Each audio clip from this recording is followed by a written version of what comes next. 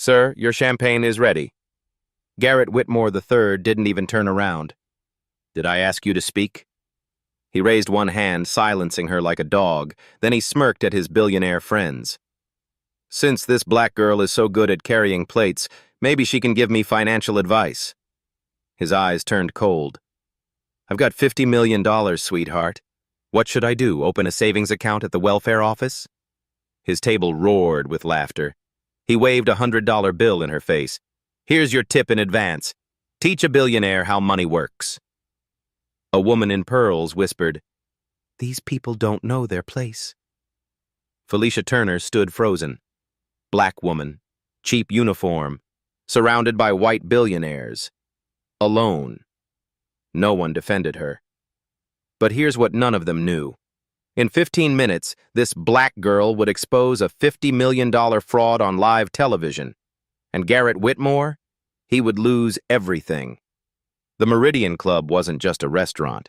It was a temple of wealth, perched on the 42nd floor of a Manhattan skyscraper, where the elevator required a membership card that cost more than most Americans earn in a year. Every Saturday morning, the same ritual unfolded. Wall Street titans gathered for what they called power brunch. 3 hours of champagne, lobster omelets, and deals that moved markets. The tables were draped in white linen. The silverware was actual silver. And the staff moved like ghosts, trained to be seen only when needed and never heard at all. On the wall, a massive screen displayed CNBC Live, stock tickers scrolling endlessly, a constant reminder that even while these men ate, their money was making more money. This was Garrett Whitmore's kingdom. At 58 years old, Garrett Whitmore III had built Whitmore Capital into a $12 billion hedge fund. Forbes called him a financial genius. CNBC called him a market oracle.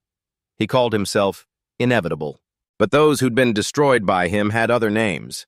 He was famous for hostile takeovers, buying struggling companies, loading them with debt, extracting millions in fees, then letting them collapse. Pension funds raided, small businesses bankrupted, thousands of jobs evaporated, all legal, all profitable, all utterly without conscience. His catchphrase, repeated so often it became a dark joke on Wall Street: "Money is the only language that matters." Today, Garrett sat at table 7 with 6 associates, 2 fund managers who laughed at every joke, a tech CEO seeking investment, a senator's wife collecting donations, her husband's aide, Bradley, taking notes, and Caroline Hayes, a 42-year-old fund manager who was the only one at the table who ever seemed uncomfortable with Garrett's cruelty. Garrett was talking about his latest obsession, Nexus Technologies. "I'm telling you," he said, gesturing with his champagne glass, "Nexus is the next Amazon. I said it on CNBC last week. Put everything you have into it." What he didn't tell them, what he would never tell them, was the truth. Garrett knew Nexus was rotten. He'd seen the internal reports. The SEC was circling. The company's accounting was fraudulent, its revenues fake, its collapse inevitable. But Garrett didn't care. Because Garrett was running a pump and dump. Every time he went on television and praised Nexus, the stock jumped 3 to 5%. And every time it jumped, Whitmore Capital quietly sold shares. $52 million worth over 8 months. He was cashing out while telling everyone else to buy in. By the time Nexus collapsed, Garrett would be rich. Everyone who trusted him would be ruined. That was the man waving a $100 bill in Felicia Turner's face. And Felicia? To everyone in that restaurant, she was invisible. Just another black woman in a black uniform, carrying plates and refilling water glasses. 28 years old, tired eyes, silent. No one knew her story. No one cared to ask. But Felicia Turner had secrets that would have shocked every person in that room. 3 years ago, she'd graduated from Columbia Business School, top 5% of her class. She'd been recruited by Goldman Sachs as a junior analyst, specializing in risk assessment and fraud detection. Her supervisors called her exceptional. Her future seemed limitless.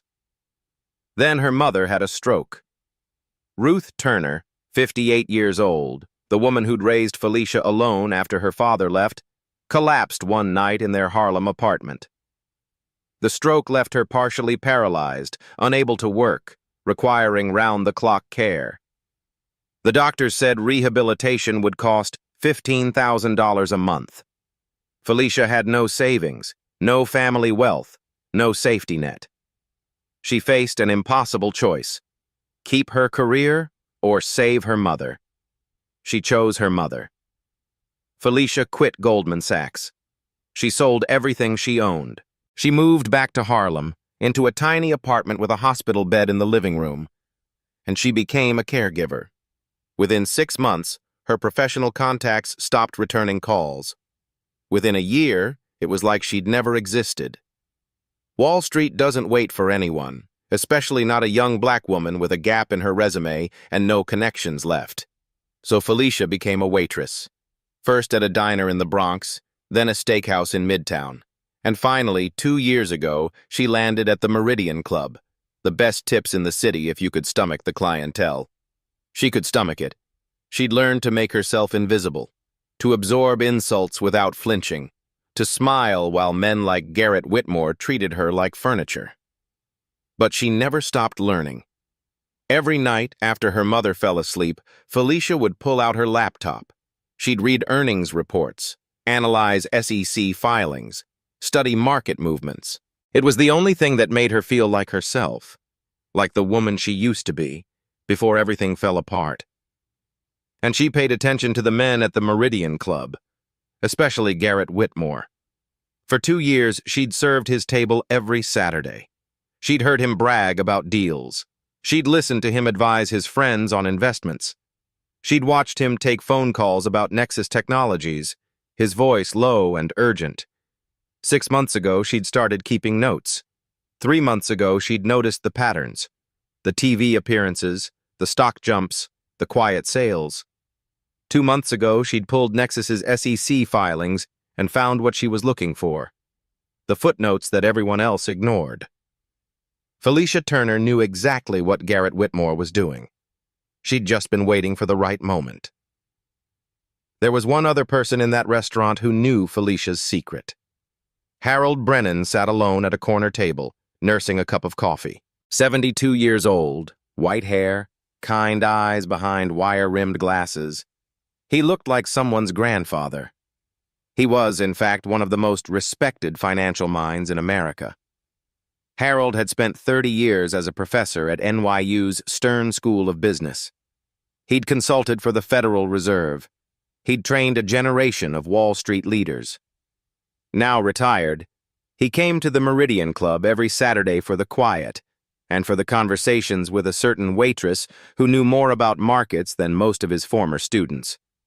Harold had recognized Felicia's brilliance months ago. He'd watched her explain complex financial instruments using salt shakers and napkins. He'd tested her with questions that would stump MBA candidates. She'd answered every one. He'd asked her once why she was working as a waitress. She'd just smiled and said, "Sometimes the best view of the game is from the sidelines." Harold didn't push, but he understood. This woman was waiting for something. And now, watching Garrett Whitmore humiliate her in front of the entire restaurant, Harold Brennan realized the wait was over. The laughter at Garrett's table faded slowly, like ripples dying on still water. Felicia hadn't moved, hadn't spoken. She just stood there, holding the champagne bottle, her face unreadable. Garrett loved that. The silence. The submission. It confirmed everything he believed about the natural order of the world. No? He leaned back, grinning. Nothing? Cat got your tongue? He spread his arms wide, playing to his audience. Come on, I'll make it easy. Simple question. Should I buy stocks or bonds right now? Surely even you can answer that. Felicia looked at him, really looked at him, for the first time in 2 years. And then she spoke. Neither. Garrett blinked. Excuse me? You asked for my advice. Her voice was calm, steady. You should sell. Sell? Garrett snorted. Sell what? Nexus Technologies. All of it. Before Tuesday. The table went quiet. Garrett had just told millions of CNBC viewers to buy Nexus. He'd staked his reputation on it. And now a waitress, this waitress, was telling him to sell? For a moment, he was too stunned to respond. Then his face hardened. You have no idea what you're talking about. Nexus's Q3 report shows revenue recognition irregularities, Felicia said, her tone shifting into something sharper, more precise. Accounts receivable jumped 340%, while revenue only grew 12%. That's textbook channel stuffing. And the SEC filing from last month has a footnote about an ongoing internal review. That's code for investigation. Dead silence. The fund managers at the table exchanged glances. Caroline Hayes set down her fork. This wasn't waitress language. This was Wall Street language. Garrett's face reddened. You're reading headlines and pretending to understand them. I'm reading 10K filings, Felicia replied. There's a difference. Something shifted in the air. The other diners had stopped their conversations. Staff members peered out from the kitchen. Everyone was watching now. Garrett stood up slowly, his chair scraping against the marble floor. All right. His voice was tight, controlled. You think you're so smart? Let's make this interesting. He pointed at the CNBC screen on the wall. Nexus's stock price glowed green, $142.50. Nexus will close above 150 by Friday. If I'm right, you stand on that chair. He jabbed a finger at the seat behind her, and apologized to everyone here for wasting our time. Publicly. His friends chuckled nervously. But if you're right, Garrett smiled, knowing she couldn't be. I'll write you a check for $100,000, donated to whatever charity you want. On camera. Deal? The room held its breath. Felicia's co-worker Derek, watching from near the kitchen, whispered urgently, Felicia, don't. But Felicia wasn't looking at Derek.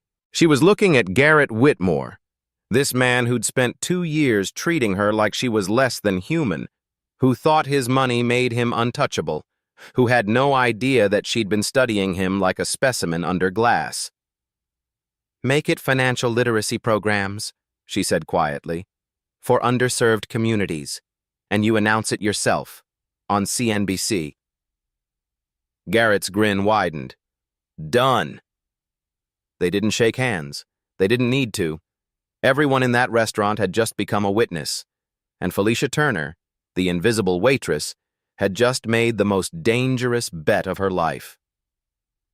Felicia walked into the kitchen, her hands trembling slightly. She leaned against the cold steel counter, closed her eyes, and let the sounds of the restaurant fade away. What had she just done?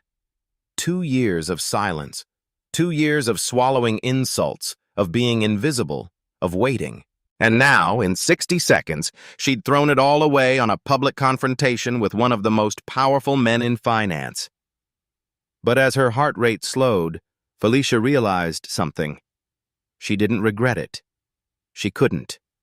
Because this moment had been building for far longer than 2 years. Her mind drifted backward to a different kitchen, a different time. She was 25 years old again, sitting in a glass-walled conference room at Goldman Sachs. 12 analysts around a mahogany table, the managing director presenting quarterly risk assessments, numbers flowing across screens like water. And then she saw it. A flaw in their correlation model that no one else had noticed. She raised her hand. Her voice shook slightly as she spoke. Sir, the correlation assumptions don't account for tail risk in emerging markets. If we adjust for that, the exposure is actually 3 times higher than projected. The room went silent. 12 faces turned toward her. Some annoyed, some skeptical, some simply confused. The managing director stared at her for a long moment. Then he looked back at the screen. "She's right," he said finally. "Fix it." That was the moment Felicia knew she belonged. She was good at this. Really good. She could see patterns others missed, read footnotes others skipped, connect dots others didn't even know existed. For one beautiful year, she thought she'd made it. Then came the phone call, 11 p.m. on a Tuesday. She was still at her desk, buried in spreadsheets. "Felicia, this is Mount Sinai Hospital. Your mother has been admitted. She's had a stroke." The next hours were a blur. Fluorescent lights, antiseptic smell. Her mother's face, half paralyzed, her eyes full of fear. The doctor's words, clinical and devastating. "She'll need 24-hour care, rehabilitation, physical therapy, speech therapy. Without insurance, you're looking at $15,000 a month. Minimum." Felicia had $4,000 in savings, no family to call, no safety net. She sat beside her mother's bed that night, holding her hand, watching monitors beep. Ruth Turner had raised her alone, had worked double shifts as a hotel housekeeper to pay for Felicia's education, had never complained, never asked for anything, never stopped believing that her daughter would achieve great things. And now Ruth couldn't speak, could barely move, could only look at Felicia with eyes that said, "I'm sorry. I'm so sorry." Felicia made her choice before dawn. She resigned from Goldman Sachs that week, sold her apartment, moved back to Harlem, and she disappeared. That was 3 years ago. 3 years of feeding her mother, bathing her, doing physical therapy exercises in their tiny living room. 3 years of overnight shifts at diners, of rude customers and aching feet, and never enough sleep. 3 years of watching her former classmates get promoted, get married, get everything she'd once dreamed of. But Felicia never stopped studying. Every night, after Ruth fell asleep, she would open her laptop, read earnings reports, analyze markets. It was the only thing that kept her sane, the only connection to the person she used to be. And then she got the job at the Meridian Club. At first it was just about the money, better tips, wealthier clients, enough to cover her mother's medications. But then she started listening. The men at these tables talked openly, arrogantly, as if the servers didn't exist. They discussed insider deals, manipulation schemes, fraud. Garrett Whitmore was the worst of them. Felicia began keeping notes, recording patterns, pulling public filings and cross-referencing what she heard. 6 months ago, she'd realized what Garrett was doing with Nexus Technologies. 3 months ago, she'd found the evidence buried in SEC footnotes. 1 month ago, she'd made contact with a journalist named Sarah Wade from the New York Times. And today, Garrett Whitmore had handed her the opportunity she'd been waiting for. He'd asked her for financial advice, and she was finally going to give it to him. Felicia opened her eyes, pushed herself off the counter, and straightened her uniform. Her hands weren't trembling anymore. She walked back out onto the floor. Derek caught her arm as she passed the kitchen door. "Are you crazy?" he whispered. "That's Garrett Whitmore. He destroys people for fun. What are you doing?" Felicia gently removed his hand. "He asked for financial advice. I'm going to give it to him." "Felicia, cover my tables for 15 minutes. Please." Derek stared at her like he was seeing a stranger, but he nodded. Felicia reached into her apron and pulled out a small notebook, worn, dog-eared, filled with 2 years of observations. Then she pulled out several folded papers, printouts of SEC filings she'd downloaded that morning. She'd been carrying them for weeks, waiting for exactly this moment. Felicia walked across the restaurant floor, not toward Garrett's table to serve, toward Garrett's table to present. The conversations around her faded. Diners looked up from their Eggs Benedict. Staff members froze mid-pour. Garrett saw her coming and smirked. "Oh, look, the financial advisor returns." He gestured grandly to his associates. "Everyone, Pay attention. We're about to get educated. Scattered laughter. Felicia stopped at the edge of the table. She didn't smile, didn't flinch. When she spoke, her voice had changed. No longer the soft, deferential tone of a server. This was the voice she'd used in Goldman Sachs conference rooms. Mr. Whitmore, you asked for my advice. Let me give you a proper analysis. By all means. Garrett leaned back, arms crossed. Enlighten us, sweetheart. Felicia ignored the condescension. She'd heard worse, much worse. Nexus Technologies, she began. Ticker symbol NXT. Current market cap $8.2 billion. You've been publicly bullish since Q2. You've made 17 television appearances recommending the stock. Each appearance correlates with a 3 to 5% price increase. The smirk on Garrett's face flickered. Impressive memory, he said. You can count TV appearances. So what? Felicia unfolded one of her papers and placed it on the table. Page 43 of their most recent 10Q filing. Footnote 12. She pointed to a highlighted section. Quote, the company is cooperating with an informal SEC inquiry regarding revenue recognition practices. End quote. Caroline Hayes leaned forward, frowning. Wait, I didn't catch that in my analysis. Most people don't read footnotes, Felicia said. That's the point. Garrett's jaw tightened. One footnote doesn't mean anything. You're right, Felicia agreed. So let's look at 3 more things. She raised one finger. First, accounts receivable. Nexus reports that their accounts receivable grew 340% year over year, but their revenue only grew 12%. She paused, letting the numbers sink in. Do you know what that means?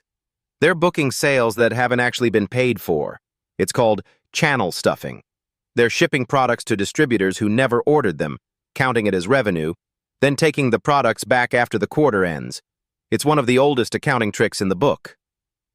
The fund managers at the table exchanged uneasy glances. Felicia raised a second finger. Second, insider selling. Nexus's CFO sold $12 million in stock last month through a 10b5-1 plan.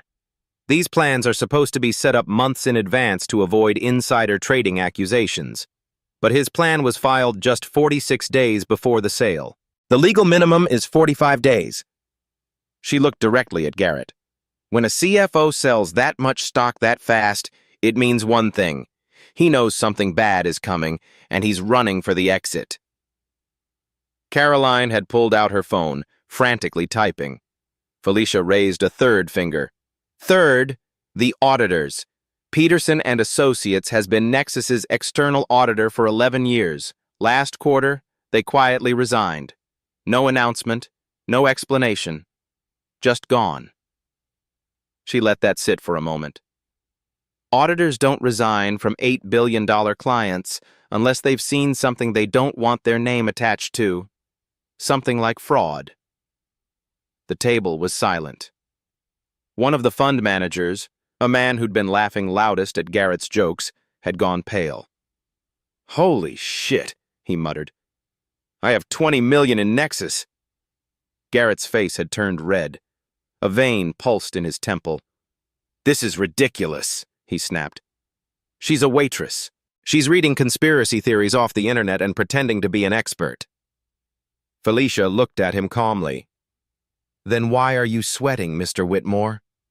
Something dangerous flashed in Garrett's eyes. He wasn't used to being challenged, certainly not by someone like her. You know nothing about real finance, he said, his voice low and hard. Nothing about how the world actually works. You carry plates for a living. And you carry other people's money, Felicia replied. The question is whether you're carrying it to safety or carrying it into a fire you started yourself. From the corner of the restaurant, Harold Brennan watched with quiet satisfaction. He'd always known Felicia was exceptional. Now everyone else was about to find out. Caroline stood up abruptly. I need to make a call. She walked toward the exit, phone already pressed to her ear. Other diners had stopped pretending not to watch. Whispers rippled through the room. Garrett, sensing he was losing control of the narrative, made a desperate move. "You know what? Let's settle this right now." He pointed at the CNBC screen. "Pull up Nexus. Let's see what the real experts say." Philip, the manager, hurried to increase the volume. On the screen, Nexus's stock price held steady, 142,050. Green, stable, normal. Garrett spread his arms triumphantly. "See? Nothing! You're full of—" He never finished the sentence. Garrett's confidence swelled. The stock was fine. The screen proved it. This waitress had just embarrassed herself in front of everyone who mattered. "As I was saying," he continued, louder now, playing to the room, "this is what happens when people who don't belong try to pretend they understand things beyond their station." He stood up, buttoning his jacket, preparing to deliver the killing blow. "Let me explain something about the real financial world, sweetheart." He gestured expansively. "I've made more money before breakfast than you'll make in your entire life. I've advised presidents. I've moved markets. I've built an empire." He stepped closer to Felicia, towering over her. "And you? You move plates. You refill water glasses. You exist to serve people like me. That's the natural order of things. That's how the world works. And no amount of Googling financial terms in your sad little apartment is going to change that." A few nervous chuckles from the room, but fewer than before. Something had shifted. Garrett didn't notice. "So here's my advice to you," he said, his voice dripping with contempt. "Go back to the kitchen, finish your shift, and never embarrass yourself like this again." Felicia didn't move. "Are you done?" she asked. Garrett blinked. "Excuse me?" "I asked if you're done, because I have a few more things to say." The room held its breath. "Where did you go to school?" Garrett demanded. "Community college? Online degree? Let me guess. You watched some YouTube videos about investing and now you think you're Warren Buffett." "Columbia," Felicia said quietly. "MBA, class of 2019, top 5%. Silence. "Bullshit," Garrett said. "Call them." Before Garrett could respond, a voice came from across the restaurant. "She's not lying." Harold Brennan rose slowly from his corner table. His presence immediately commanded attention. There was something about his bearing that signaled authority. "Who the hell are you?" Garrett snapped.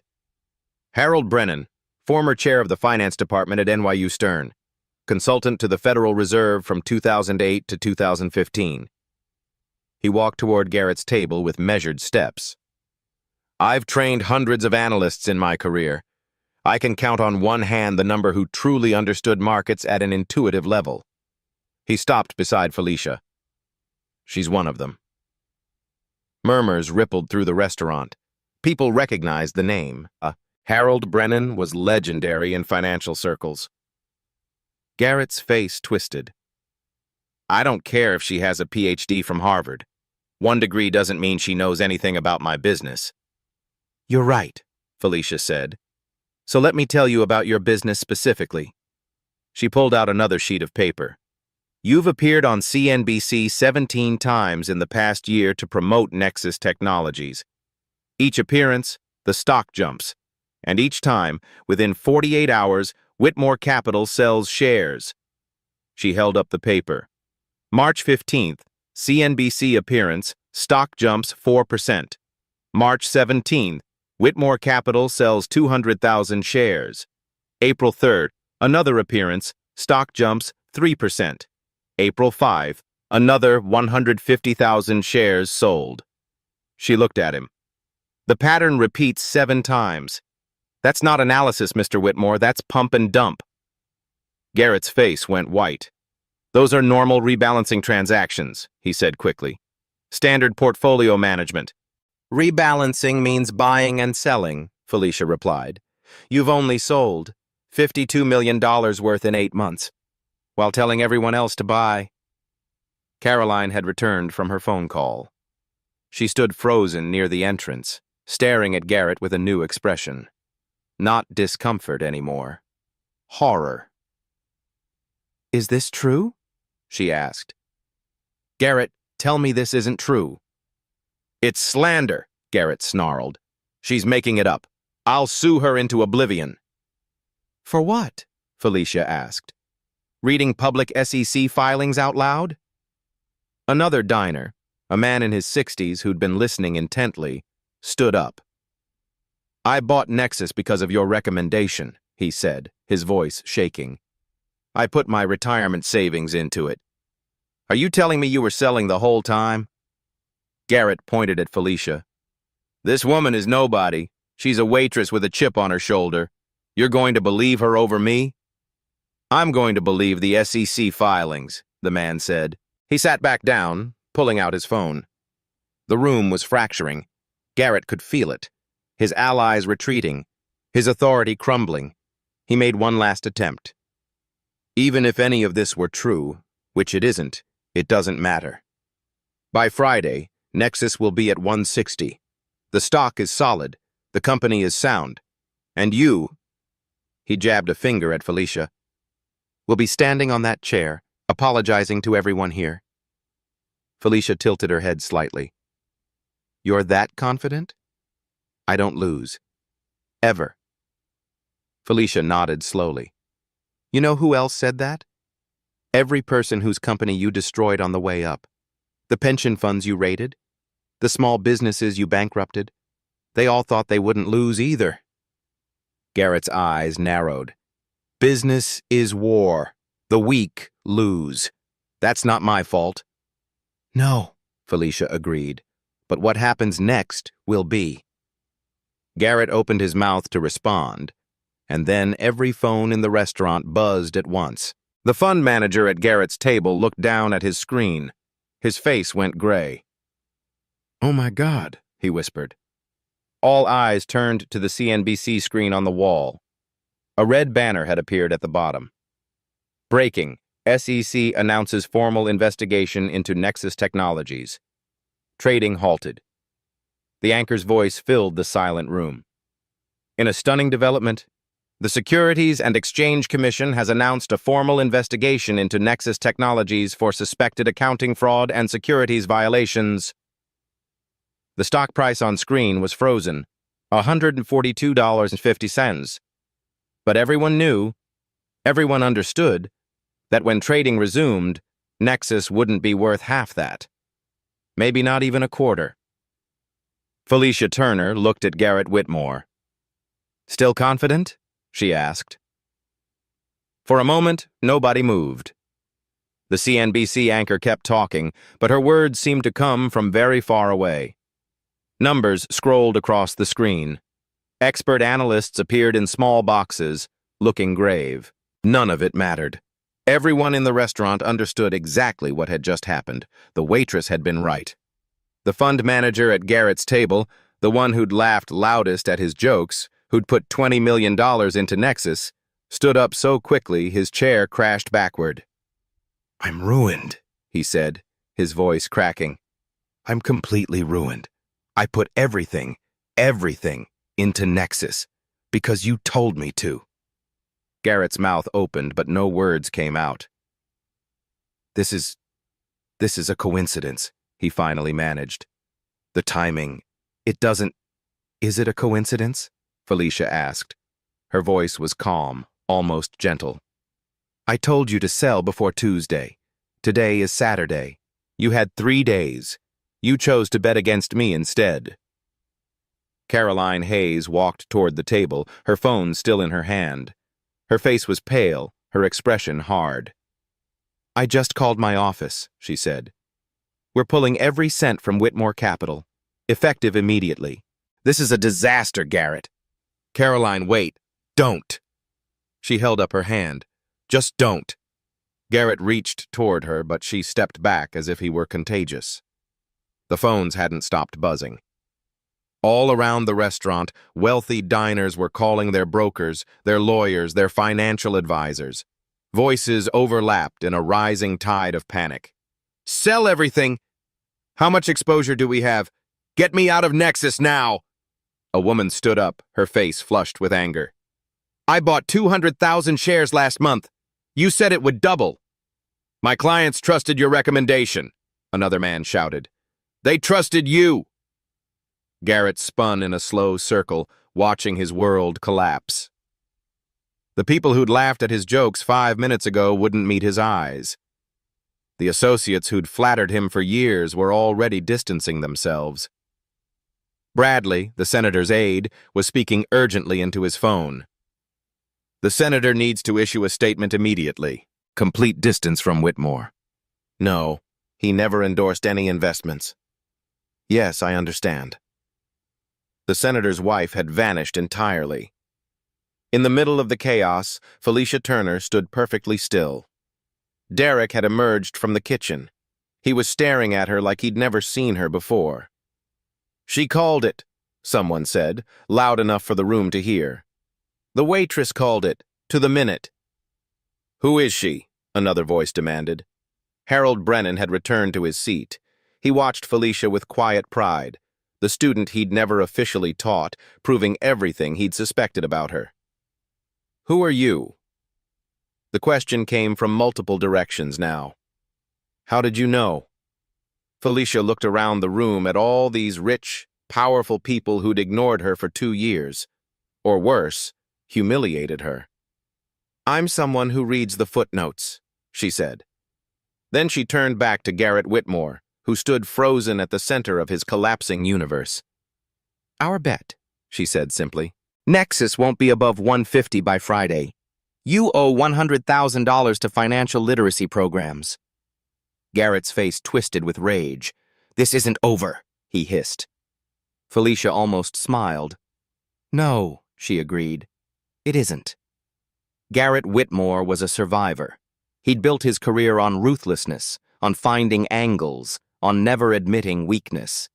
Even now, with his investment thesis crumbling on live television, his mind was racing through escape routes. Deny everything, blame the SEC, call his lawyers, threaten to sue. He straightened his tie and forced his face into an expression of contempt. So, you got lucky with one prediction, he said, loud enough for everyone to hear. Markets are volatile. This means nothing. By next week, Nexus will recover, and you'll be a footnote in a story nobody remembers. He threw a handful of bills on the table. We're leaving. Philip. He snapped his fingers at the manager. Get my car. He turned toward the exit. We had a bet, Mr. Whitmore. Felicia's voice stopped him. Nexus won't be above 150 by Friday. It won't be above 50 by Friday. You owe $100,000 to financial literacy programs. Garrett didn't turn around. Sue me. He took another step. I won't have to, Felicia said. The SEC will do much worse. Garrett froze.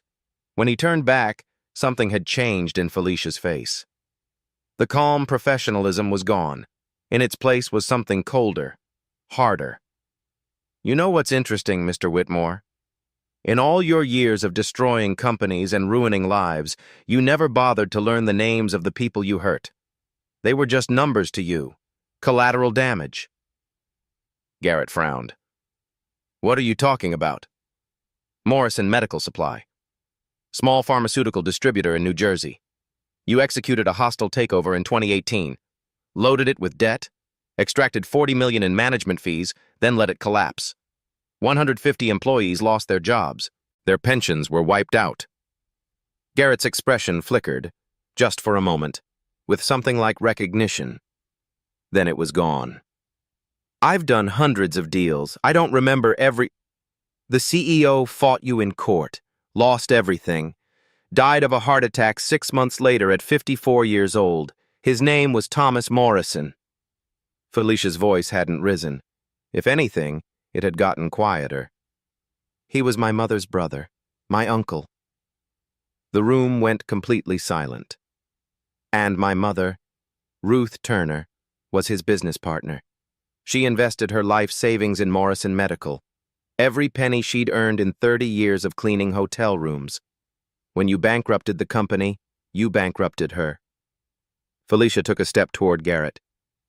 She had a stroke 6 months after my uncle died. The doctor said it was stress-induced. She lost the ability to walk, the ability to work, almost lost the ability to speak. Another step. I quit my job at Goldman Sachs to take care of her. I gave up everything. My career, my savings, my future. Because of what you did. And for 3 years, I've been serving you Eggs Benedict every Saturday while you talked about your deals 3 feet away from me. She was close to him now, close enough to see the sweat beading on his forehead. You never once looked at me long enough to wonder who I might be. Garrett's face had gone the color of old paper. That's just business. I didn't know. That's the point. Felicia's voice was steady as stone. You never know. You never care. To you, we're just numbers, just collateral damage, just people who don't matter. She looked around the room, at all the wealthy faces watching in stunned silence. But those numbers have names. Those names have families. And sometimes, those families remember. Caroline Hayes had her hand over her mouth. Her eyes were wet. My God, she whispered. Garrett, you destroyed her family. Garrett's mouth opened and closed. For the first time in perhaps his entire life, he had nothing to say. Felicia stepped back. You asked me for financial advice, Mr. Whitmore. You wanted me to teach you about money. She smiled, and there was no warmth in it at all. Lesson 1. Everything has a price, even arrogance. Garrett's survival instincts finally kicked in. This is entrapment. His voice cracked slightly, but he pushed through. You set me up. This whole thing, the bet, the questions, it's a setup. I'll have you arrested. For what? A voice asked from across the room. Answering your question? A woman stood up from a corner table, 40s, sharp suit, press credentials visible around her neck. Sarah Wade, New York Times. I've been investigating Whitmore Capital for 18 months. Garrett's face went slack. Felicia has been one of my sources, Sarah continued, walking toward the center of the room. She reached out a year ago with evidence of potential securities fraud. Everything she mentioned today, the pump and dump scheme, the insider selling, the accounting irregularities, I've verified independently through my own investigation. She pulled out her phone and held it up. And the SEC investigation that just broke? My story runs Monday morning. Front page. This conversation just gave me my opening paragraph. The room erupted in murmurs. Garrett pointed a shaking finger at Felicia. You planned this. All of it. Felicia met his gaze calmly. You planned to defraud millions of investors. I planned to stop you. We all have our goals. 2 years, Garrett sputtered. You worked here for 2 years just to listen, to learn, to gather evidence. Felicia nodded. You talked about your schemes 3 feet away from me every Saturday. You never noticed because you never see people like me. We're invisible to you. She paused. That was your mistake. Garrett's associates had already begun to scatter. The fund managers were gone. The tech CEO had slipped out during the commotion. Bradley, the senator's aide, was heading for the door, phone pressed to his ear, already crafting talking points to protect his boss. Sir, Bradley said without looking back, the senator will be issuing a statement. He barely knows you. He's never endorsed any investment advice. Please don't contact his office. The door closed behind him. Garrett stood alone. The man who'd commanded this room 5 minutes ago, who'd humiliated a waitress for sport, who'd thought himself untouchable, now abandoned by everyone who'd laughed at his jokes. Caroline Hayes approached him slowly. I believed in you, she said quietly. I defended you when people said you were ruthless. I thought you were just aggressive, competitive. She shook her head. But this? Destroying a family and then mocking their daughter while she served you champagne? That's not business, Garrett. That's evil. She walked away without waiting for a response. Garrett's face contorted, the mask of confidence finally cracking. "You can't do this to me," he said, his voice rising. "Do you know who I am? Do you know who I am?" "Yes," Felicia said simply. "You're a man who just lost everything in a restaurant, while a waitress watched." She turned and began walking toward the door. "Oh, and Mr. Whitmore?" She paused, looking back over her shoulder. "I'd skip the Eggs Benedict next week. I don't think you'll be welcome here anymore." She untied her apron as she walked, folding it neatly, placing it on an empty table. Derek caught up with her near the entrance. "Felicia." He was looking at her like she was a stranger. "Who are you?" She smiled, a real smile this time, tired but genuine. "I'm someone who finally finished her mother's business." Harold Brennan met her at the door. He took her hand in both of his. "Your uncle would be proud," he said. "So would your mother." Felicia's eyes glistened, but she didn't cry. Not yet. "I need to go see her. Tell her it's done." She walked out into the Manhattan sunlight, leaving Garrett Whitmore standing alone in the wreckage of his empire. The invisible waitress had become visible at last. That evening, the video appeared online. Someone in the restaurant had recorded everything. The humiliation, the analysis, the revelation, the collapse. Within 3 hours, it had 5 million views. Within 12 hours, 50 million. The hashtag started organically, Waitress vs. Billionaire. Then came others, had justice for Morrison, Felicia Turner. Read the footnotes. By Sunday night, Felicia's face was on every news channel in America. The headlines wrote themselves, "Waitress destroys billionaire with his own SEC filings. The server who predicted the Nexus crash, to his face. Garrett Whitmore exposed, how a Harlem woman took down Wall Street's biggest fraud." Monday morning, Sarah Wade's article dropped. Front page of the New York Times, "The Waitress, the Billionaire, and the Fraud, inside Whitmore Capital's House of Cards." The story detailed everything. The pump and dump scheme, the insider trading, the pattern of destruction stretching back decades. Morrison Medical Supply was just one of dozens of companies Garrett had gutted. Thousands of jobs lost. Billions in pension funds evaporated. Lives ruined by a man who'd never suffered a single consequence. Until now. When the markets opened Monday, Nexus Technologies resumed trading at $31 per share, a 78% collapse. Investors who'd trusted Garrett's advice lost everything. Whitmore Capital faced $2.3 billion in redemption requests within 48 hours. Clients fled. Partners resigned. The SEC subpoenaed records going back 15 years. By Tuesday evening, Garrett Whitmore III was arrested at his Hamptons estate. The charges: securities fraud, wire fraud, market manipulation. His mugshot appeared on every network. The man who'd worn $15,000 suits and waved $100 bills at waitresses now wore an orange jumpsuit and a number. Bail was set at $50 million, the same amount he'd bragged about to Felicia. 2 weeks later, a class action lawsuit was filed on behalf of Morrison Medical Supply victims and every investor who'd lost money following Garrett's fraudulent recommendations. 200 plaintiffs initially, then 500. Then over 1,000. The settlement came faster than anyone expected. $52 million to affected employees and families. Garrett's personal assets were seized, his properties auctioned, his empire dismantled piece by piece. Felicia testified at the preliminary hearing.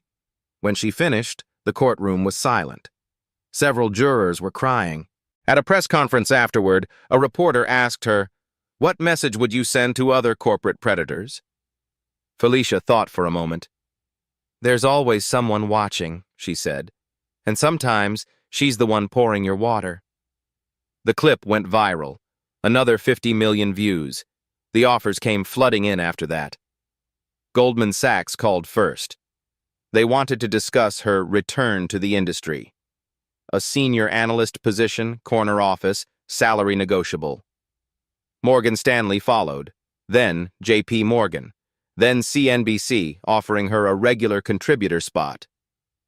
Netflix wanted to option her life rights for a limited series. Felicia declined them all.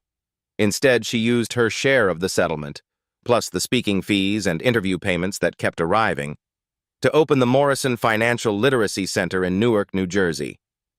Free classes, free resources, financial education for people who'd been told their whole lives that money was too complicated for them to understand. The grand opening drew 200 people, local press, state representatives, Caroline Hayes, who'd become one of the center's largest donors after leaving Whitmore Capital. "You changed my perspective in that restaurant," Caroline told Felicia. "Let me help you change others." Harold Brennan became the center's volunteer advisor. At 72, he finally felt like he was teaching students who truly needed him. But the moment that mattered most to Felicia happened quietly, with no cameras present. She visited her mother in their Harlem apartment the evening after Garrett's arrest. Ruth was sitting up in bed watching the news coverage, tears streaming down her face. "They're saying, 'You're a hero,'" Ruth said slowly. Her speech had improved with therapy, but every word still required effort. Felicia sat beside her and took her hand. "I'm not a hero, Mom. Hero. I'm just someone who loved her family enough to learn how to fight." Ruth squeezed her daughter's fingers. "Tommy, your uncle, he always said—" "I know," Felicia's voice caught. "He said men like Whitmore never face consequences, that they're too big to fail." She pulled out a photograph from her bag. Thomas Morrison on the day Morrison Medical Supply opened, surrounded by smiling employees, full of hope for the future. She placed it on her mother's bedside table. "He was wrong, Mom. We made him wrong." Ruth smiled through her tears. The first real smile Felicia had seen in 3 years. "He can rest now," Felicia whispered. "And so can you." 6 months later, the Morrison Financial Literacy Center won national recognition for its impact on underserved communities. The waiting list for classes stretched into the hundreds. One afternoon, a young woman approached Felicia after a workshop. 19 years old, nervous, holding a sleeping baby. "Ms. Turner? I'm a single mom. I work 2 jobs. I never understood any of this money stuff. Everyone always made me feel stupid for asking questions." She hesitated. "Can you really teach someone like me?" Felicia smiled. "Someone like you is exactly who this is for. What's your name?" "Destiny." "Okay, Destiny. First lesson." Felicia leaned in. "Never let anyone tell you that money is too complicated for you to understand. That's a lie that rich people tell to keep you from asking questions. And asking questions is how you fight back." Destiny's eyes lit up. "Now," Felicia said, "let's start with the basics." There's one more scene to this story. 6 months after his conviction, Garrett Whitmore sat alone in a federal prison cell. 15 years, the judge had said. No parole. A guard dropped a package on his bed, a padded envelope, already opened and inspected. Inside was a copy of the Wall Street Journal. The headline on the front page, "Morrison Financial Literacy Center wins national recognition." Beneath the newspaper was a handwritten note on plain white paper. 2 words. "Still teaching. F." Garrett stared at it for a long time. Then he lay back on his thin mattress and stared at the ceiling, alone with the silence and the weight of everything he'd lost. He'd asked a waitress for financial advice to mock her. He should have listened. Because sometimes, the smartest person in the room is the one you never bothered to see. And sometimes, the people you dismiss as invisible are the ones who see everything. If Felicia's story moved you, subscribe for more stories of underdogs who refused to stay invisible. Hit that notification bell. Share this with someone who needs to hear it today. And remember, your circumstances don't define your intelligence. Your uniform doesn't tell your story, and the person serving your coffee might just be the one who changes the world. Never underestimate anyone. You never know who's watching, you never know who's waiting, and you never know who's ready to rise.